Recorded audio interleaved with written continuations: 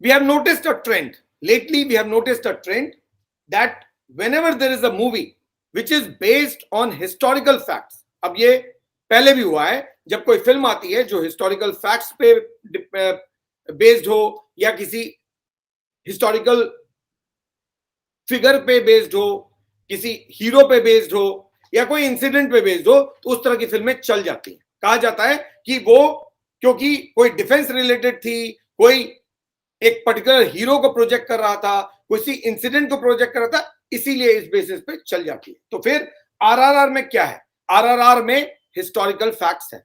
आरआरआर एक ऐसे एरा को सेलिब्रेट करता है, ऐसे अनसंग हीरोज को सेलिब्रेट करता है जो इंडिपेंडेंस स्ट्रगल में मौजूद थे, लेकिन उनके बारे में लोग ज्यादा जानते नहीं है. यानी इन प्री इंडिपेंडेंस एरा के बैकड्रॉप में ये फिल्म बनी हुई है. आपका जो आजादी की लड़ाई थी उसमें कुछ ऐसे हीरोज थे जिनके बारे में ना हमने सुना और ना हम जानते हैं. ये फिल्म उस एरा पे बेस्ड है और बताती है कि किस तरह से लोगों ने ब्रिटिश राज के खिलाफ लड़ाई की. तो ब्रिटिश राज के एरा पे बेस्ड ये फिल्म है. बहुत सारे लोगों के नॉलेज में होगी, बट फिर भी मैं थोड़ा सा आइडिया आपको दे रहा हूं. क्यों? क्योंकि आपको उससे पता चलेगा कि फिल्म के चलने की पॉसिबिलिटी अगर है तो क्यों है. तो this movie, like many other movies based on historical facts, heroes or events, this is also based on pre-independence struggle against the British Raj. So there is a historical connect to this film. हालांकि ये fiction है, but फिर भी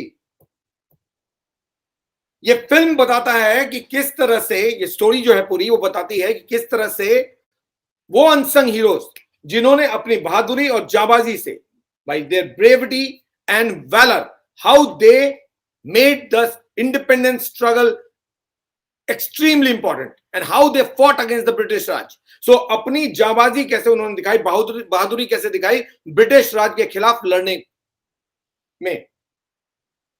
इस film को लेकर बहुत सारी बातें हो रही हैं. इस फिल्म को लेकर बात हो रही है कि ये फिल्म सबसे बड़े डायरेक्टर की फिल्म है, बहुत बड़े बजट की फिल्म है. इस फिल्म को लेकर कहा जा रहा है इससे बड़ी फिल्म बनी नहीं है. बहुत सारी बातें हो रही हैं, लेकिन इस फिल्म में एक और मिस्ट्री है और बहुत इंटरेस्टिंग है.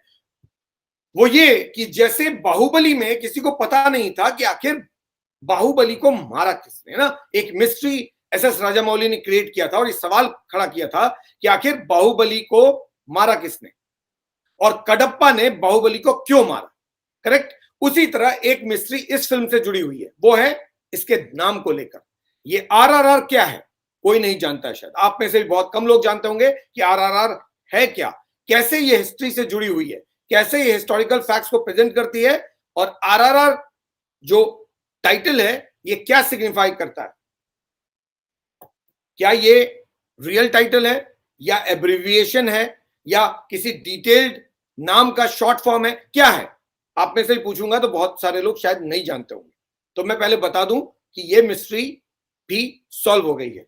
मिस्ट्री ये है कि आरआरआर का जो फुल फॉर्म है, क्योंकि आरआरआर तो टाइटल है लेकिन ये टाइटल एब्रिविएशन नहीं है, ये एक पूरा नाम है फिल्म का, और वो है आरआरआर, जो 3 वर्ड्स को सिग्निफाई करता है. एक है राइज, रोर एंड रिवोल्ट. यानी ये बताता है किस तरह से ब्रिटिश राज के खिलाफ लोग खड़े हुए, उन्होंने चिल्लाया और विरोध किया.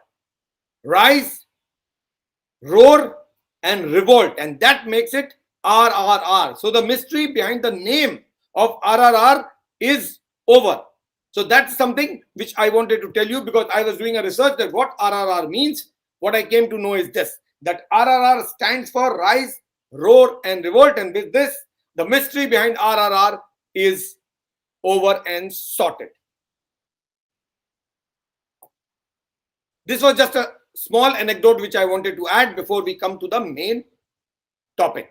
So RRR, those who were finding it mysterious कि ये RRR है क्या, उन सब के लिए मैं बता दूं कि RRR राइज, रोर और रिवोल्ट को सिग्निफाई करता है, और इस पूरे नाम का मतलब, इस RRR का मतलब राइज, रोर और रिवोल्ट है. So that's what it stands for.